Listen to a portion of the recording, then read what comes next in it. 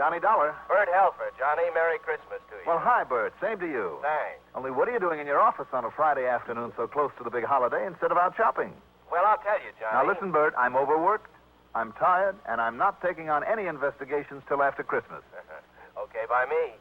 Hey, Bert, you sound terrible. What's the matter? You got a cold? Oh, horrible one. I've had it for a week. Well, why are you still there in your office at this hour instead of home in bed? Well, I'm just cleaning up before I take a couple of weeks off. Johnny, can you come on over?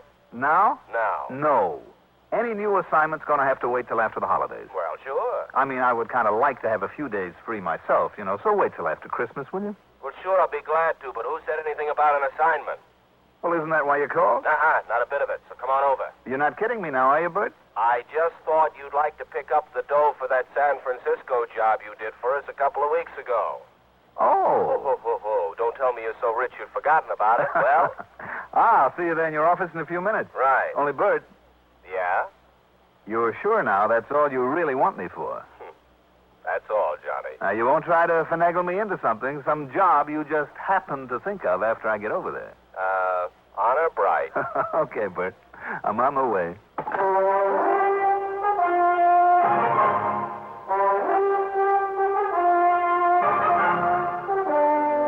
The CBS Radio Network brings you Mandel Kramer in the exciting adventures of the man with the action-packed expense account, America's fabulous freelance insurance investigator. Yours truly, Johnny Dollar.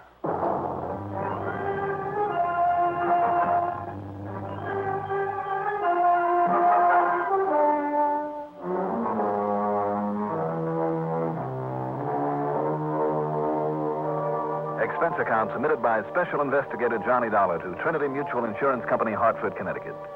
Following is an account of expenses incurred during my investigation of the Phony phone matter.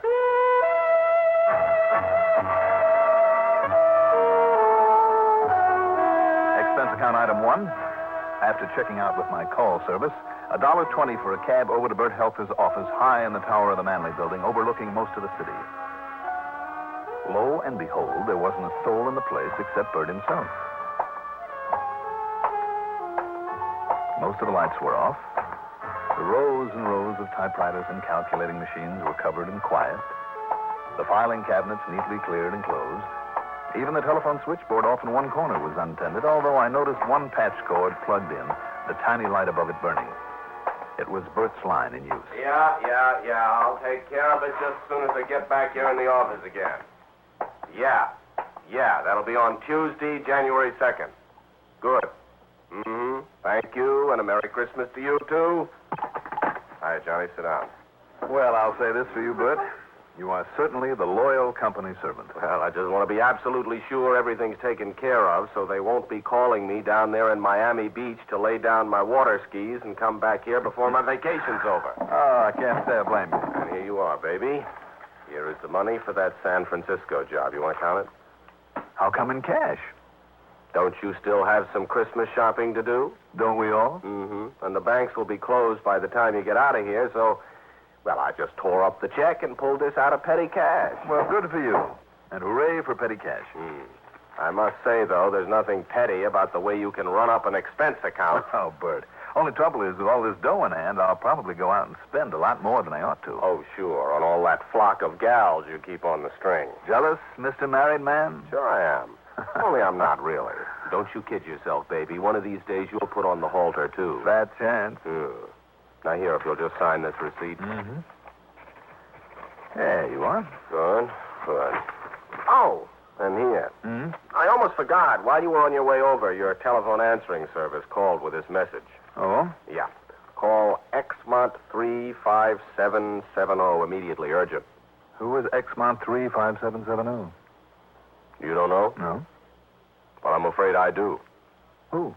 It's the home of a character by the name of Harvey L. Hallett. Harvey L. Oh, wait a minute. Any relation to the people who took over that little plant that I passed on the way over here? Hallett Industries? He is Hallett Industries. Oh? Yeah. Look. You can see the place out of this window. You see it over there? So? You know, I hate to admit it. One of the boys in the office sold him a lot of insurance when he took over that place about 6 months ago. Well, what's the matter with that? Oh, we've had a big headache with that account on the inventory insurance. How do you mean? Well, apparently they make a lot of electronic stuff over there, and a lot of it's kind of secret, I guess, kept under lock and key. Mm-hmm. And a lot of it's been reported stolen. Half a dozen burglaries in the last 6 months, according to Mr. Harvey L. Hallett. And we've had to pay off through the nose. Why do you say according to Mr. Hallett that way? Because I wouldn't trust that character as far as you can throw this building. In other words, if I could, I'd just cancel out his policy, I think a lot of those losses he reported were phonies. If I'd had any sense, I would have called you in on them. Well, so long, Bertie. As a matter of fact, I wish you would look into it for us after I get back. After? Okay, but not now. All right, that's all right by me. I wonder why he's called me. Well, I'm afraid it was my fault. Why? How do you mean? Well, I'd kind of let your name slip out somewhere along the line, and yesterday Hallett called me, said he'd been thinking it over, asked me for your number, and, well, I gave it to him. Mm-hmm. I'm sorry, Johnny, I shouldn't have, especially since I want you to investigate him. So as for calling him back, if you don't want to, don't. If what you say about him is true, though, maybe I will. After the holidays. No. Right now. Well, why? Bert, it's an old trick and a corny one, but a lot of people still think it's pretty clever. Trick? The cover-up.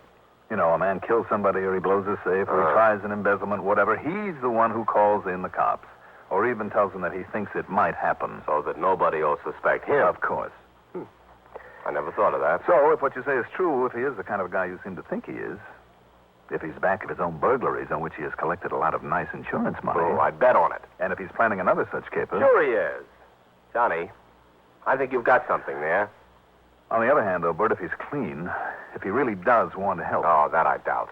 Let me have the phone. Look, why don't you wait till after the holidays? Nope. Okay, it's on your own head then.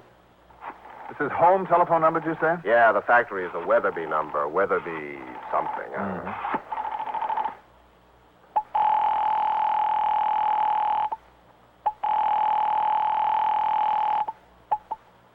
Hello? Mr. Hallett, please. This is Mary Hallett, Mrs. Hallett. Is Mr. Hallett there? Well, he's terribly busy at the moment. May I ask who's calling, please? This is Johnny Dollar. Oh, Mr. Dollar, yes. He said he was very anxious to speak with you, but he's just about to leave for New York. Oh, just a minute. Here he is. Harvey, it's for you. Darling, I know, but it's Mr. Johnny Dollar. You said you want... Yes. Here, dear.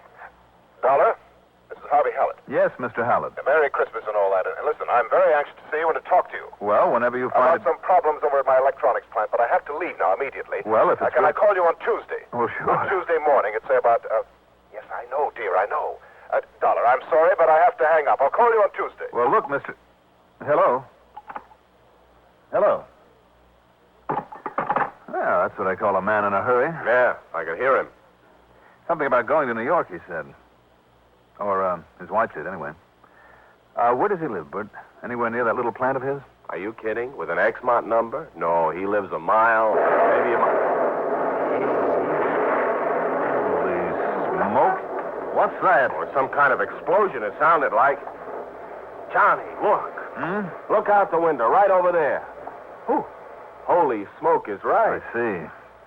That's going to be one big fire. Yeah. Don't you recognize that building, Johnny?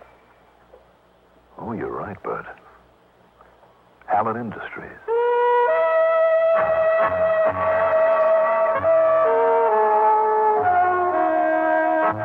Item 2, $1 for a taxi over to the scene of the fire. I'll say this, that fire must have really taken hold with a bang, and I don't mean because of the explosion we'd heard. It was a small building, not more than a couple of 100 feet square, and by the time I arrived, there were flames pouring out of every window. And smoke, thick black smoke. The fire department was already hard at work, and by the time I'd singled out Police Lieutenant Billy Harmon to get his opinion of it, things were fairly well under control. Hey, Lieutenant, what brings you here? Only one thing, Mr. Harvey L. Hallett. What do you mean by that, Lieutenant? I'm the patsy got assigned to those burglaries that he had. You know something? No, tell me. I got just exactly nowhere on him. And you know something else? Yeah? Now, I can't prove this. Can't prove a thing for that matter, simply because, well, I can't, that's all. But I also can't get over the feeling the reason I couldn't get anywhere was because our friend Mr. Hallett didn't want me to. Didn't want you to. You mean no cooperation? Just the opposite. Too much cooperation. Oh? So much, I couldn't make a move without finding him underfoot. making like he was doing everything he could to help. I see. But actually, all he was doing was getting in the way. He'd suggest so many possibilities and demand I follow him up. I didn't have time or opportunity to follow up those I'd thought of. Not properly, that is. Smoke. The old misdirection bit, if you know what I mean, Johnny. Johnny, I don't trust that guy. Seems to me I've heard somebody else give out with that same opinion. When I got the word this place was going up, well, you know what I think, Johnny? Arson? I'd bet on it. And if it is, you can be sure the boys in the torch squad will spot it. They're in there working on it already. You know, Hanley and Jimmy Beckett. Yeah. You ask me, they're the two best arson men a police department ever had. They're a pretty good pair. And if it is arson, you can be sure my number one suspect will be none other than... Wait a minute. Oil off! Conroy! Keep those people back of the line before... Come on, keep them back there. Hey, you, mister. What do you think you're doing this... Oh, you. Lieutenant Harvin, how did this happen? I heard the explosion all the way over at my home. Now, you claim you were at home, Mr. Hallett? Yes, of course I was at home. Can you prove that? I beg your pardon. Yes, I'm afraid he can, Lieutenant. Oh, you're Mr. Dollar. That's right. You call off your trip to New York? Well, I was just leaving. I heard the explosion and saw the smoke, so I drove on over here. No, you just drove on over, huh? Yes, I did. What happened? Dollar, what started this? Well, I'd say that you know just as much as we do. Or a lot more. What's that? Excuse me a minute. Yeah, what is it, Beckett? Look at it, Dollar. The whole plant, the whole business, all gone up in smoke. Yeah.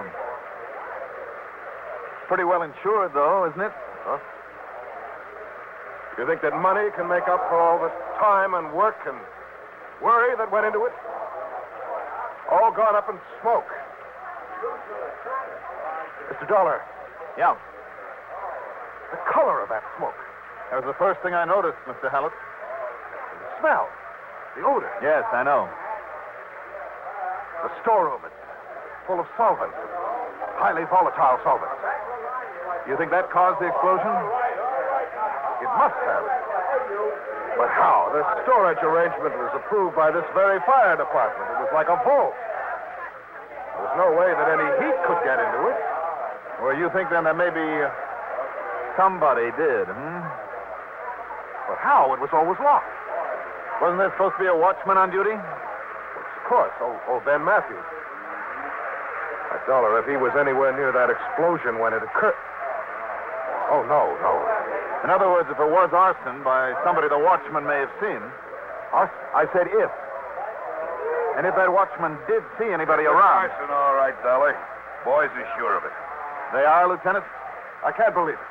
As for Ben Matthews, the watchman, well, I don't think there's much question but that he did see who did it. And that he knew him. No? Then you mean Ben is still alive? That door had a dead latch on it. Took a key to open it inside as well as outside. I know, and old Ben had orders not to admit wait anyone. and listen, Mr. Hallett. I'm sorry. Go ahead, Lieutenant. Ben's key is still in the inside of that lock. So he let somebody in. Now, that means somebody that he must have recognized. Why do you say that? I knew old Ben. I know he had orders not to let anybody in. Not anybody. Isn't that true, Mr. Hallett? Yes, of course it is. So I know he wouldn't. But of course, if his boss told him to open up... Now, just a minute, Lieutenant. If you're implying what I think you are... Yeah? Well, if the shoe fits. Don't worry, Mr. Hallett. You'll never be able to testify. Thanks to that bullet in his head. Good Lord. Breaks your heart, doesn't it? Yes, it does. You know something? Now, just a minute. Just 1 minute. Stop acting like a couple of angry kids. Lieutenant. Yeah, well, You say it was arson. with a murder on top of it. And Mr. All right. Now, what kind of a device was used? Device? What do you mean, What kind of a timer to set it off? Nothing. No device. Only a paraffin wick. into a bottle or tank of some kind of that solvent in there. How long a wick? Only a couple of feet. And that means that somebody was in there only seconds before it went off. And that somebody, Mr. Hallett. I tell you, I was at home on the other side of town. That's right, he was, Mr. Hallett. What did you say, Dollar? He was at home, Lieutenant. I know, because I called him on the telephone only seconds before this thing started.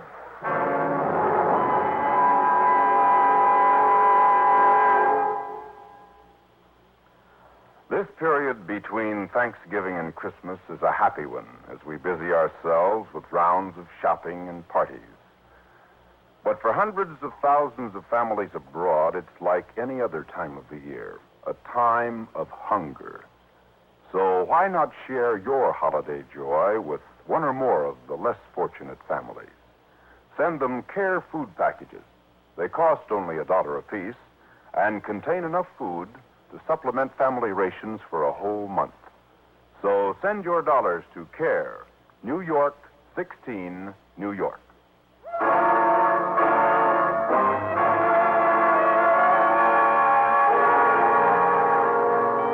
Item 3, 10 cents for a phone call to Mr. Jonathan Buckley at his home. Luck was with me. The Hallett Industries account was in Mr. Buckley's bank.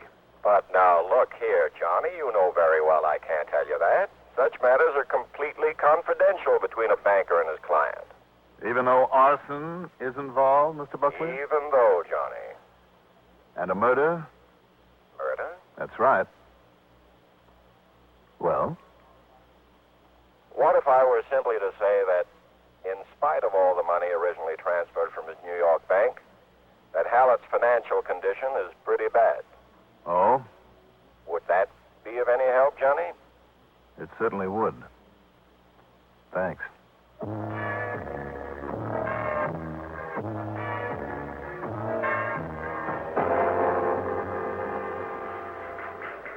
Another thing, Dollar. Yes, Lieutenant. After those so-called burglaries, I checked over every one of Hallett's 8 employees myself. There isn't a cleaner bunch of people anywhere in town. Well, even so. I'm sure of it. What's more, I've known every one of them personally for years. Even went to school with a couple of them. So you see what I'm getting at? Hallett.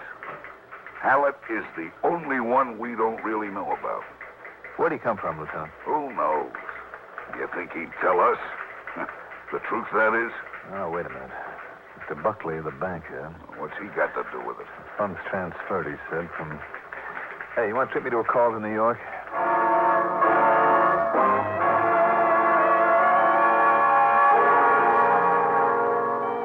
The phone call was to an old friend of mine, Lieutenant Randy Singer, Detective Division, 18th Precinct, New York Police Department. One of the best of his kind I've ever known. Okay, Johnny, let's have it. What sort of a jam do you expect me to get you out of this time?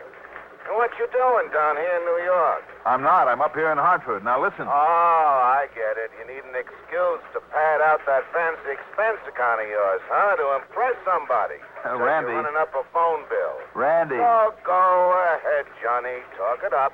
I'll make like I'm listening, and everybody will be happy. How are you, anyhow? Randy, will you listen to me? Yeah? Does the name Harvey L. Hallett mean anything to you?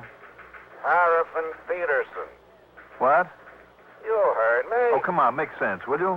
You think we don't keep track of the crooks we've had to deal with even after they've been chased out of our fair city? Of course we do. Randy. And Paul Paraffin Peterson, well, we couldn't get a thing on him, by the way. Randy, the man I'm interested in is Harvey L. Hallett. But we did make it pretty rough on him. We dubbed him Paraffin Pete because of his one and only method of starting a fire. And that's the name he took on after we showed him the way out of town. He and that doll of his, Mary. Only Ma would be a better word. The name, Randy? What? Oh, the one you said. Harvey L. Hallett? Yep. Used to be known in these parts as Paul Peterson. Paraffin Peterson. Okay, Randy. Thank you. You hear it, Lieutenant? Sure did, Dollar. Looks like you were right. He's our man. Yeah. But you yourself are his alibi. I mean, if you were really talking to him on the phone the same time as that fire was set... Well, now, suddenly, I'm not so sure. Hallett Electronics, Well, maybe his product line includes something like... Come on, Lieutenant, we better get going. Yeah, where? Let's hope he hasn't got home from his fire yet.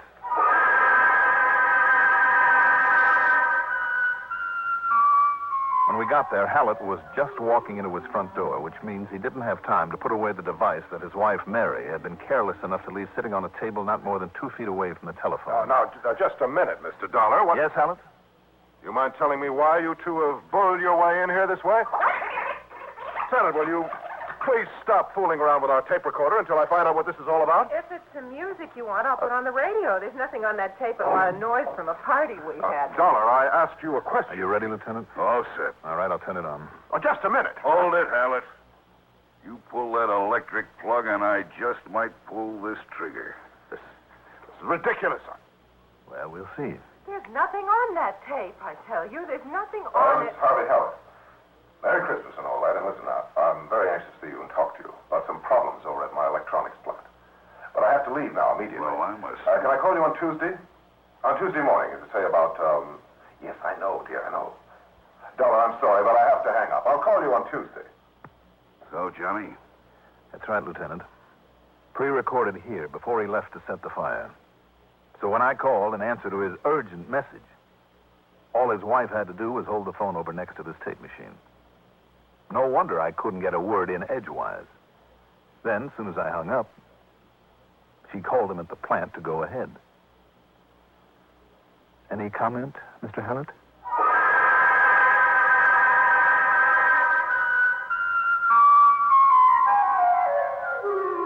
Expense account total?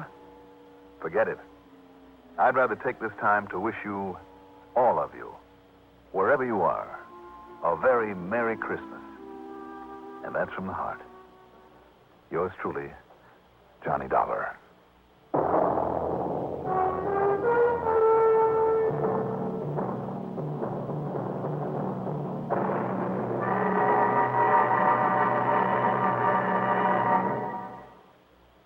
Now, here's our star to tell you about next week's story.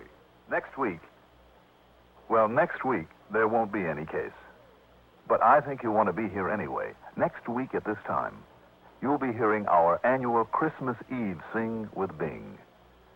We'll be back 2 weeks from now. Merry Christmas from yours truly, Johnny Dollar.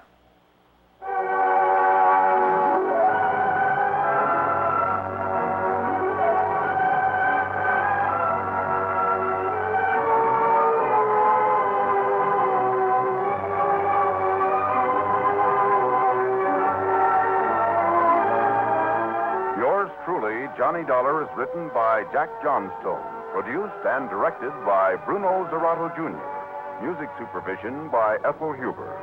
Johnny Dollar is played by Mandel Kramer. Also featured in our cast were Jackson Beck as Lieutenant Billy Harmon, Michael Caine as Harvey Hallett, William Redfield as Bert Helfer, Terry Keene as Mrs. Hallett, Eugene Francis as Lieutenant Randy Singer, and David Kern as Jonathan Buckley. Remember, no story next week, but yours truly, Johnny Dollar, returns 2 weeks from now with his next exciting story. At this time next week, by all means, plan to join Bing Crosby, Kathy Crosby, Edgar Bergen, Charlie McCarthy, Mortimer Snurd, the Norman Luboff Choir, and Paul Weston's Orchestra with the 7th annual Christmas Eve Sing with Bing. This is Pat Cannell speaking.